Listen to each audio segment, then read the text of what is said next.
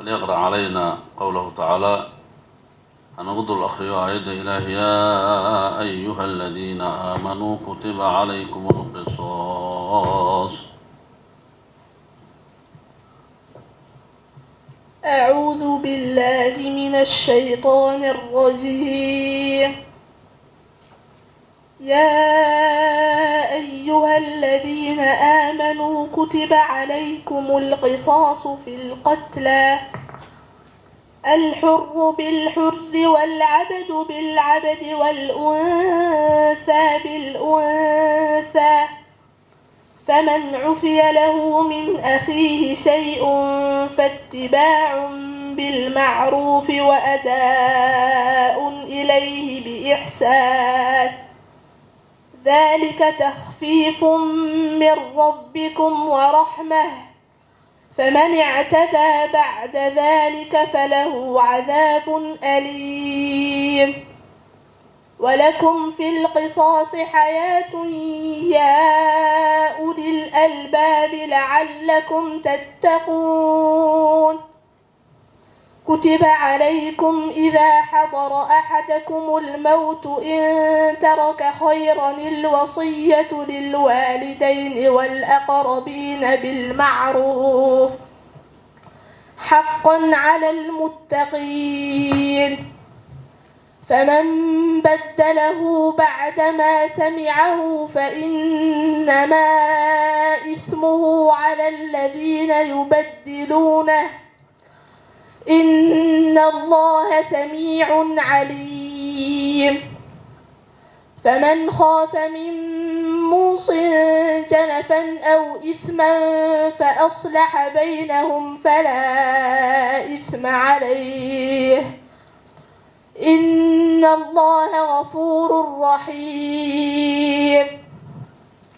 يا أيها الذين آمنوا كتب عليكم الصيام كما كتب على الذين من قبلكم لعلكم تتقون، أياما معدودات، فمن كان منكم مريضا أو على سفر فعدة من أيام أخر، وعلى الذين يطيقونه فدية طعام مسكين، فمن تطوع خيرا فهو خير له، وأن تصوموا خير لكم إن كنتم تعلمون. سؤال آخر قولك إبا: ولقد أرسلنا نوحا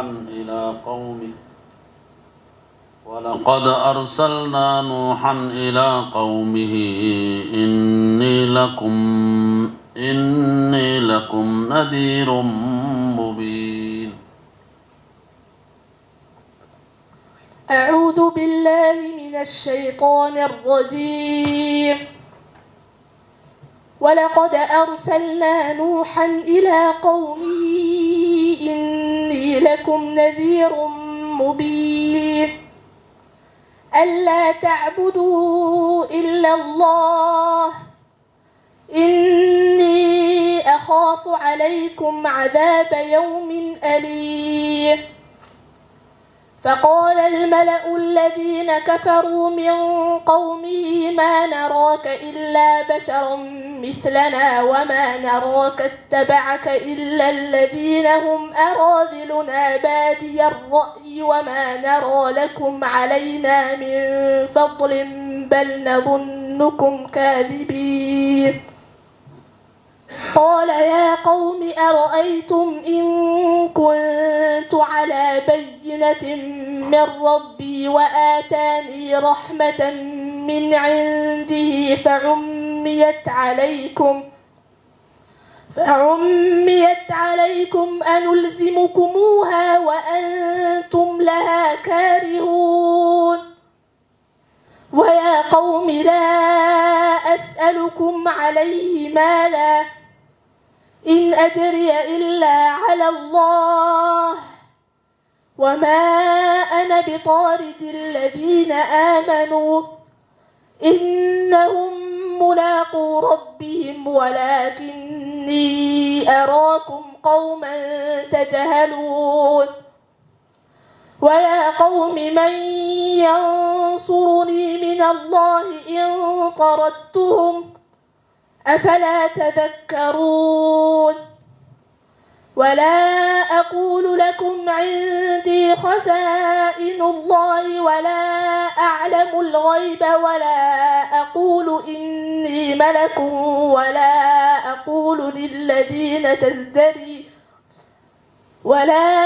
أقول للذين تزدري أعينكم لن يؤتيهم الله خيرا الله أعلم بما في أنفسهم إني إذا لمن الظالمين قالوا يا نوح قد جادلتنا فأكثرت جدالنا فأتنا بما تعدنا إن كنت من الصادقين قال إنما يأتيكم به الله إن شاء وما أنتم بمعجزين.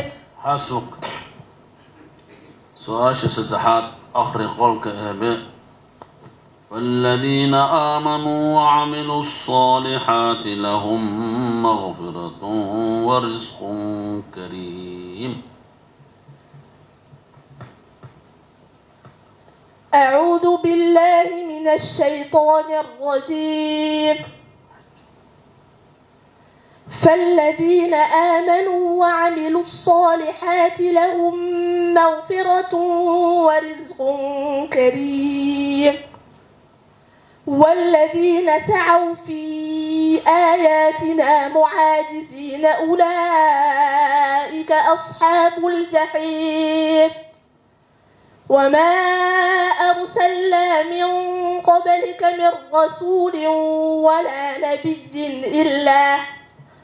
إلا إذا تمنى ألقى الشيطان في أمنيته فينسخ الله ما يلقي الشيطان ثم يحكم الله آياته والله عليم حكيم يجعل ما يلقي الشيطان فتنة للذين في قلوبهم مرض والقاسية قلوبهم وإن الظالمين لفي شقاق بعيد وليعلم الذين أوتوا العلم أنه الحق من ربك فيؤمنوا به فتخبت له قلوبهم وإن الله لهادي الذين آمنوا إلى صراط مستقيم ولا يزال الذين كفروا في مرية منه حتى تأتيهم الساعة بغتة أو يأتيهم عذاب يوم عقيم الملك يومئذ لله يحكم بينهم فالذين آمنوا وعملوا الصالحات في جنات النعيم والذين كفروا وكذبوا بآياتنا فأولئك لهم عذاب مهين والذين هاجروا في سبيل الله ثم قتلوا أو ماتوا ليرزقنهم الله رزقا حسنا وإن الله لهو خير الرازقين. حسبك. السؤال شافرات آخر قولك يا بي والذين يجتنبون كبائر الإثم والفواحش. أعوذ بالله من الشيطان الرجيم.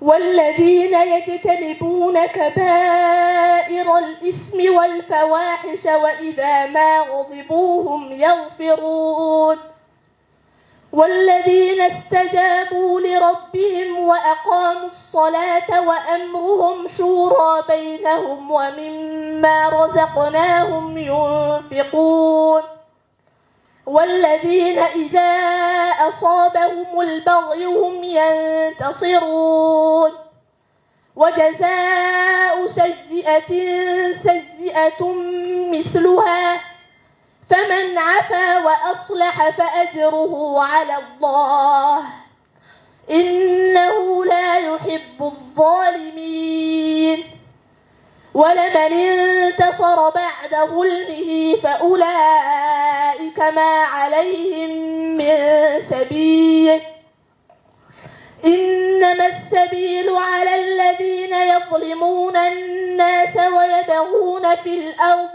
بغير الحق أولئك لهم عذاب أليم ولمن صبر وغفر إن ذلك لمن عزم الأمور ومن يضلل الله فما له من ولي من بعده وترى الظالمين لما رأوا العذاب يقولون هل إلى مرد من سبيل وتراهم يعرضون عليها خاشعين من الذل ينظرون من طرف خفي وقال الذين آمنوا إن الخاسرين الذين خسروا أنفسهم وأهليهم يوم القيامة ألا إن الظالمين في عذاب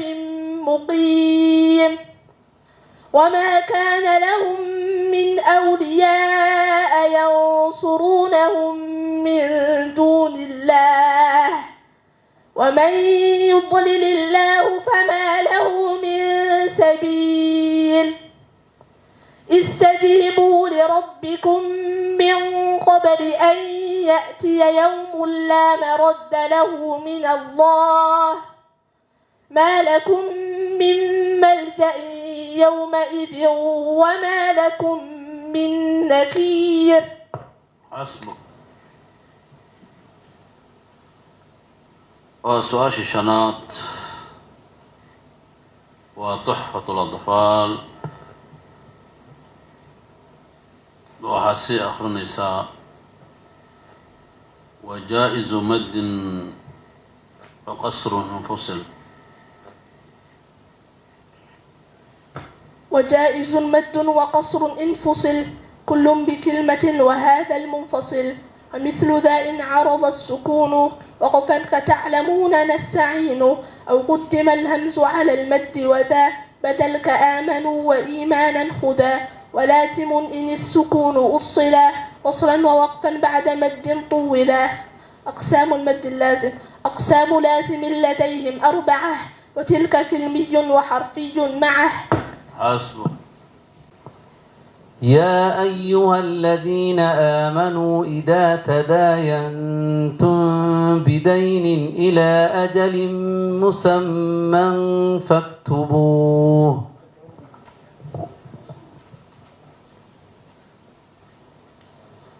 أعوذ بالله من الشيطان الرجيم.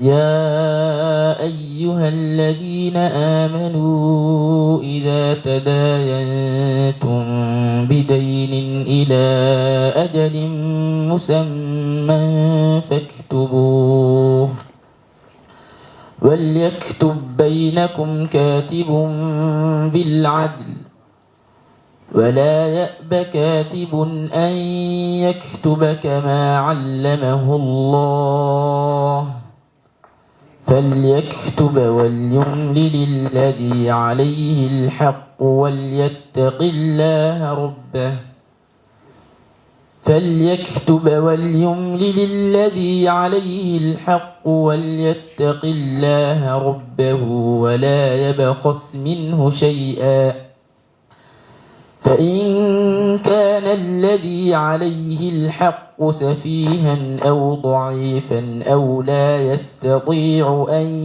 يمل هو فليملل وليه بالعدل واستشهدوا شهيدين من رجالكم فإن لم يكونا رجلين فرجل وامرأتان ممن ترضون من الشهداء أن تضل إحداهما فتذكر إحداهما الأخرى ولا يأبى الشهداء إذا ما دعوا ولا تسأموا أن تكتبوه صغيرا أو كبيرا إلى أجله ذلكم أقسط عند الله وأقوم للشهادة وأدنى ألا ترتابوا إلا أن تكون تجارة حاضرة تديرونها بينكم فليس عليكم جناح ألا تكتبوها وأشهدوا إذا تبايعتم ولا يضار كاتب ولا شهيد وإن تفعلوا فإنه فسوق بكم واتقوا الله ويعلمكم الله والله بكل شيء عليم. حسبك. سؤال شلبات. الله الذي رفع السماوات بغير عمد ترونها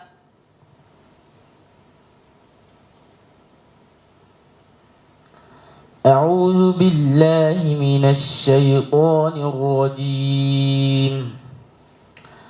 الله الذي رفع السماوات بغير عمد ترونها ثم استوى على العرش وسخر الشمس والقمر كل يجري لأجل مسمى يدبر الأمر يفصل الآيات لعلكم بلقاء ربكم توقنون.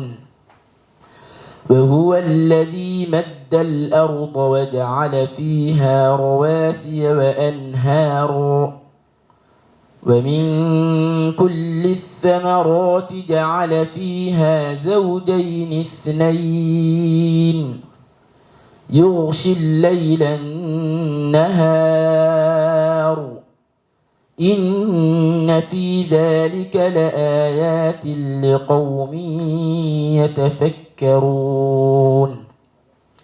وفي الأرض قطع متجاورات وجنات من أعناب وزرع ونخيل صنوان وغير صنوان يسقى بماء واحد ونفضل بعضها على بعض في الأكل إن في ذلك لآيات لقوم يعقلون.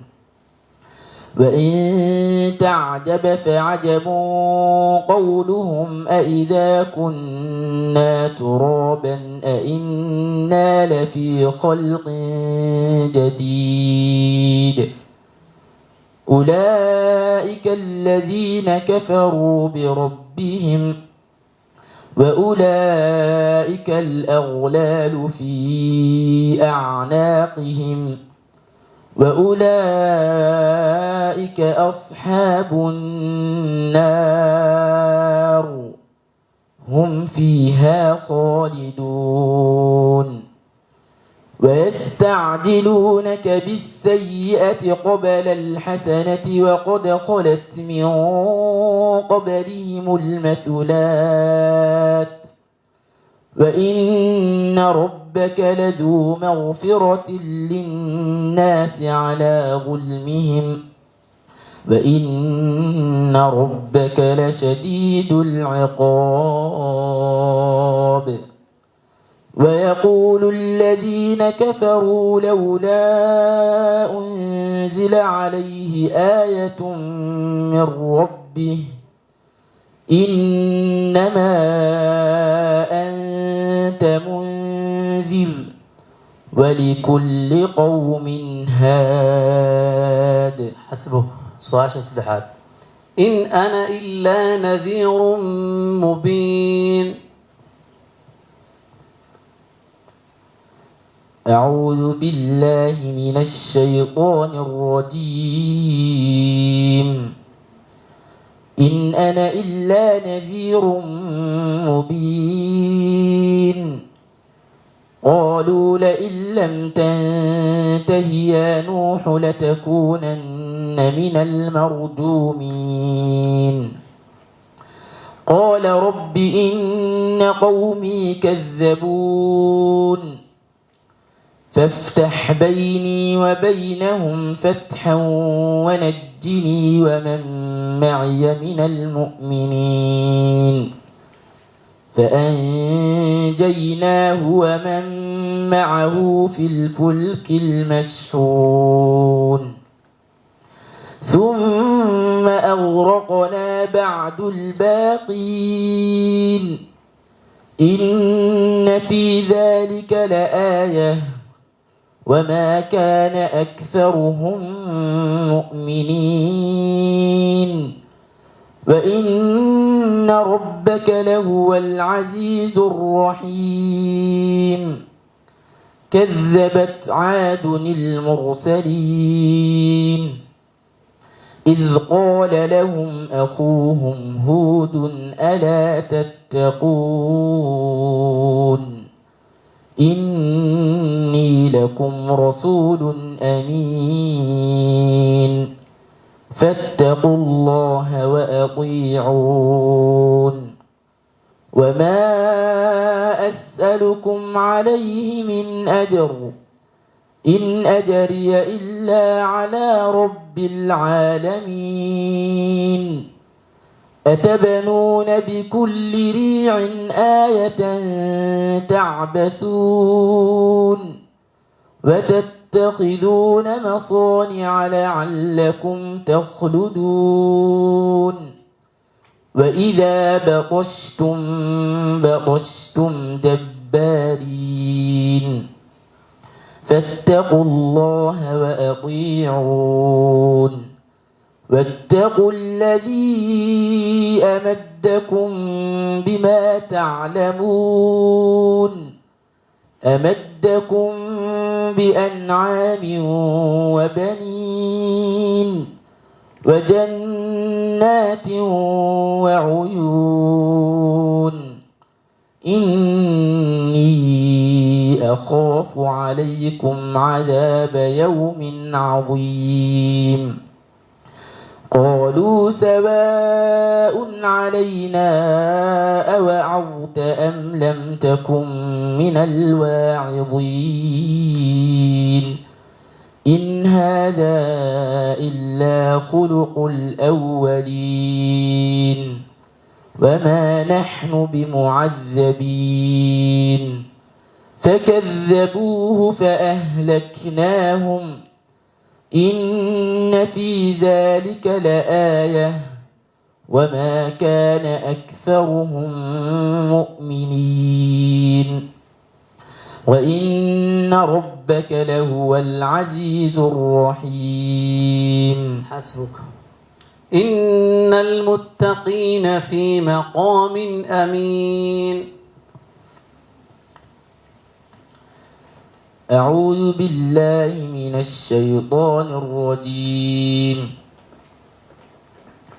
إن المتقين في مقام أمين في جنات وعيون يلبسون من سندس واستبرق متقابلين كذلك وزوجناهم بحور عين يدعون فيها بكل فاكهة آمنين لا يذوقون فيها الموت إلا الموتة الأولى ووقاهم عذاب الجحيم فضلا من ربك ذلك هو الفوز العظيم فإنما يسرناه بلسانك لعلهم يتذكرون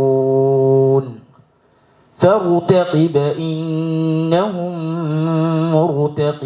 مرتقبون بسم الله الرحمن الرحيم حميم تنزيل الكتاب من الله العزيز الحكيم إن في السماوات والأرض لآيات للمؤمنين وفي خلقكم وما يبث من دابة آيات لقوم يوقنون واختلاف الليل والنهار وما أنزل الله من السماء من رزق فأحيا به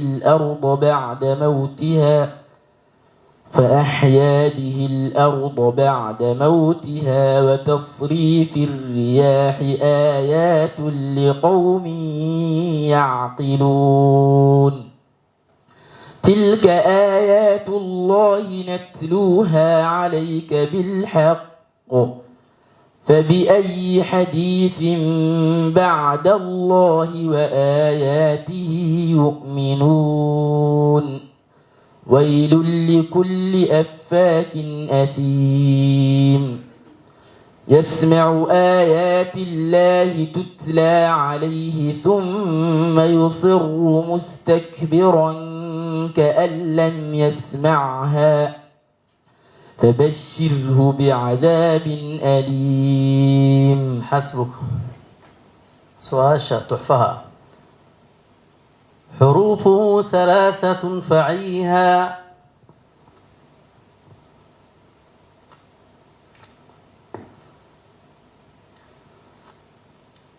حروفه 3 فعيها من لفظ واو وهي في نوحيها والكسر قبل الياء وقبل الواو ضم شرط وفتح قبل ألف يلتزم واللين منها الياء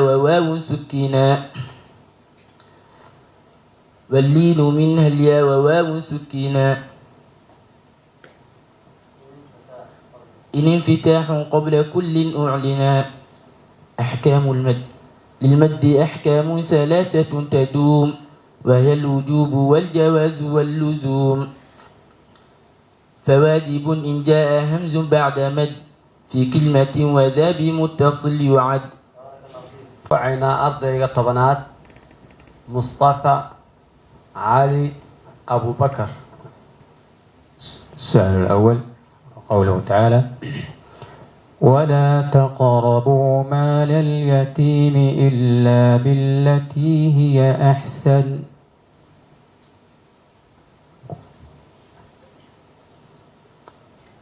أعوذ بالله من الشيطان الرجيم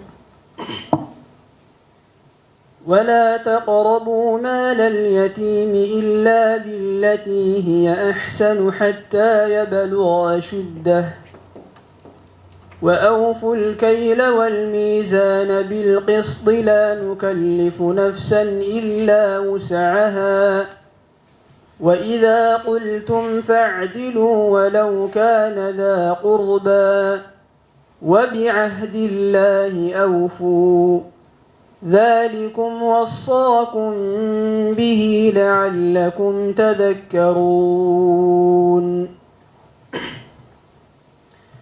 وأن هذا صراطي مستقيما فاتبعوه ولا تتبعوا السبل فتفرق بكم عن سبيله ذلكم وصاكم به لعلكم تتقون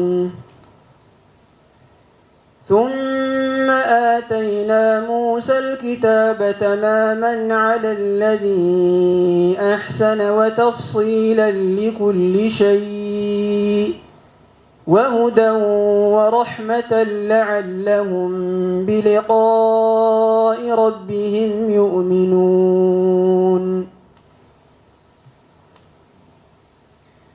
وهذا كتاب أنزلناه مبارك فاتبعوه واتقوا لعلكم ترحمون أن تقولوا إنما أنزل الكتاب على طائفتين من قبلنا وإن كنا عن دراستهم لغافلين أو تقولوا لو أنا أنزل علينا الكتاب لكنا أهدى منهم فقد جاءتكم بينة من ربكم وهدى ورحمة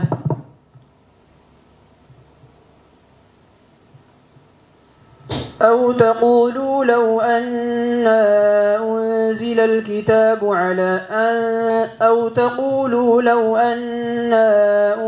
أنزل علينا الكتاب لكنا أهدى منهم فقد جاءكم بينة من ربكم وهدى ورحمة فمن أظلم ممن كذب بآيات الله وصدف عنها سنجزي الذين يصدفون عن آياتنا سوء العذاب بما كانوا يصدفون. حسبك.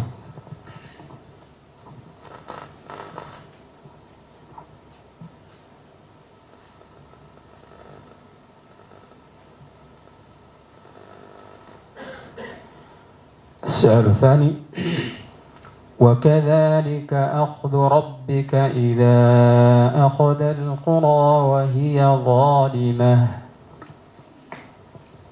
أعوذ بالله من الشيطان الرجيم.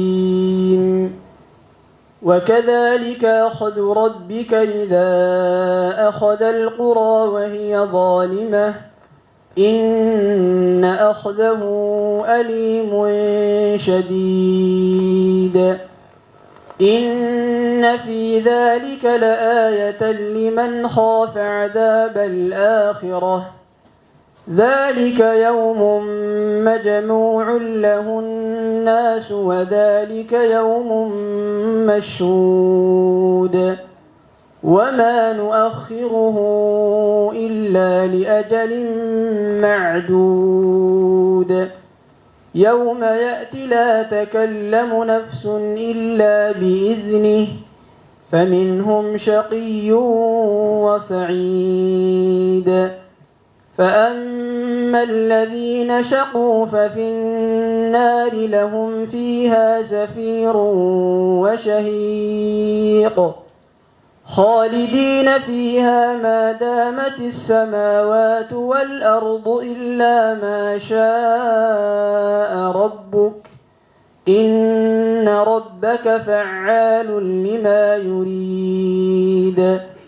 وأما الذين سعدوا ففي الجنة خالدين فيها ما دامت السماوات والأرض إلا ما شاء ربك عطاء غير مجدود.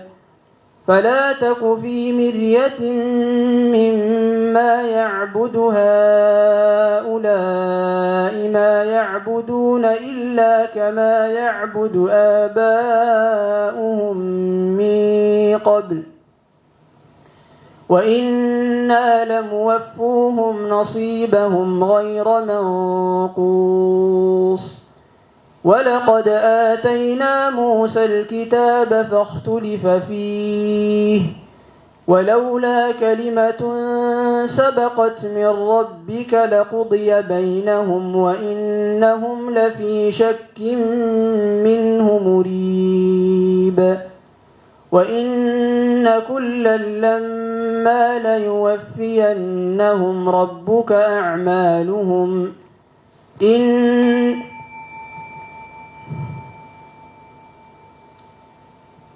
وإن كلا لما ليوفينهم ربك أعمالهم إنه بما يعملون خبير فاستقم كما أمرت ومن تاب معك ولا تطغوا إنه بما تعملون بصير.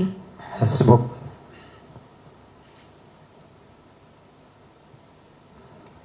السؤال الثالث: فإن لم تجدوا فيها أحدا فلا تدخلوها حتى يؤذن لكم. أعوذ بالله من الشيطان الرجيم. فإن لم تجدوا فيها أحدا فلا تدخلوها حتى يؤذن لكم وإن قيل لكم ارجعوا فارجعوه وأزكى لكم والله بما تعملون عليم. ليس عليكم جناح أن تدخلوا بيوتا غير مسكونة فيها متاع لكم والله يعلم ما تبدون وما تكتمون. قل للمؤمنين يغضوا من أبصارهم ويحفظوا فروجهم ذلك أزكى لهم إن الله خبير بما يصنعون. وقل للمؤمنات يغضضن من أبصارهن ويحفظن فروجهن ولا يبدين زينتهن إلا ما ظهر منها وليضربن بخمرهن على جيوبهن ولا يبدين زينتهن إلا لبعولتهن أو آبائهن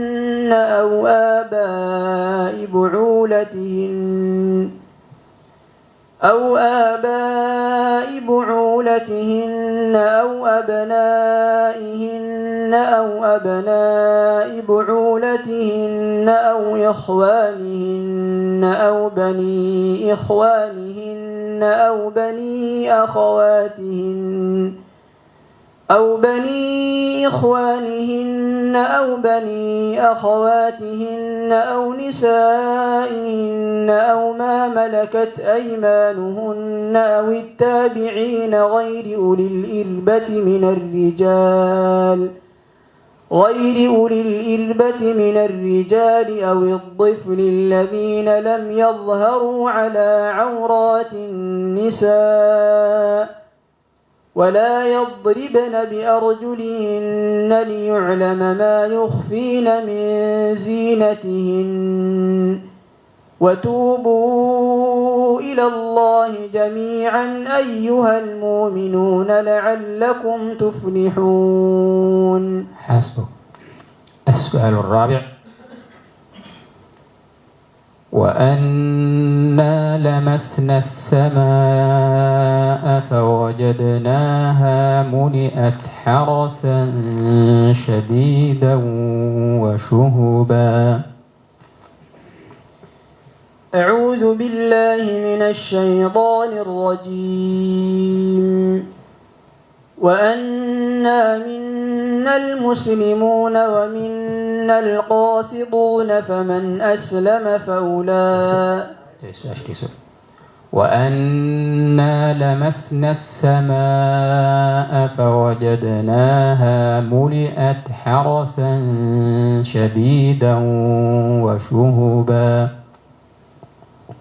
وأنا لمسنا السماء فوجدناها ملئت حرسا شديدا وشهبا وأنا كنا نقعد منها مقاعد للسمع فمن يستمع الآن يجد له شهابا رصدا وأنا لا ندري أشر أريد بمن في الأرض أم أراد بهم ربهم رشدا وأنا منا الصالحون ومنا دون ذلك كنا ضرائق قددا وأنا ظننا أن لن نعجز الله في الأرض ولن نعجزه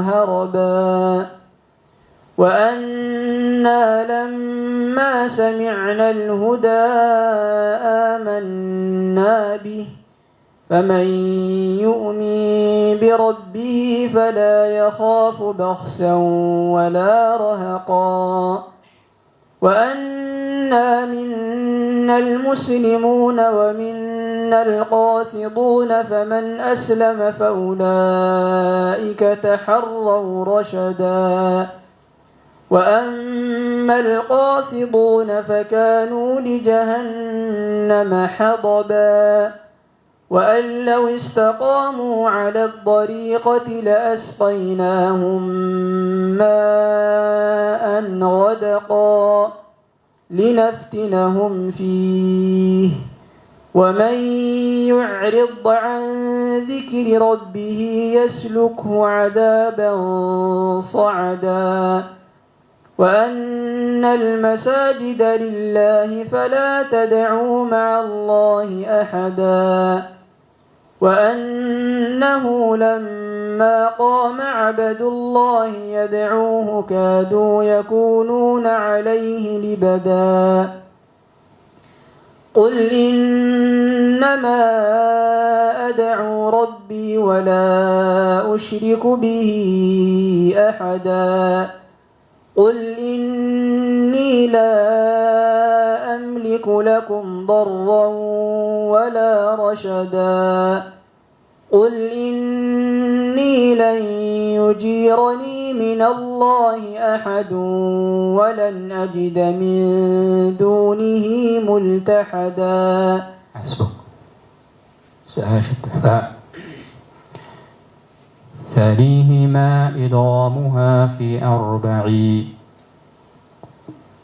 ثانيهما إضغامها في أربع وعشرة أيضا ورمزها فعي ضب ثم صر رحما تفص ضف ذا نعم دع سوء ظن زر شريفا للكرم واللام الأولى سمها قمرية واللام الأخرى سمها شمسية واظهرن لام فعل مطلقا في نحو قل نعم وقلنا والتقى في المثلين والمتقاربين والمتجانسين إن في الصفات والمخارج اتفق حرفان فالمثلان فيهما أحق.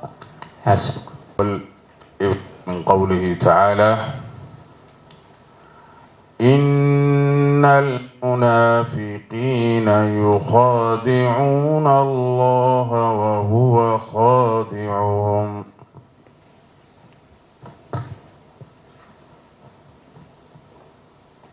أعوذ بالله من الشيطان الرجيم. إن المنافقين يخادعون الله وهو خادعهم وإذا قاموا إلى الصلاة قاموا كسالى يراءون الناس ولا يذكرون الله إلا قليلا ولا يذكرون الله إلا قليلا مذبذبين بين ذلك لا إله هؤلاء ولا إله هؤلاء ومن يضلل الله فلن تجد له سبيلا يا أيها الذين آمنوا لا تتخذوا الكافرين أولياء من دون المؤمنين أتريدون أن تجعلوا لله عليكم سلطانا مبينا إن المنافقين في الدرك الأسفل من النار ولن تجد لهم نصيرا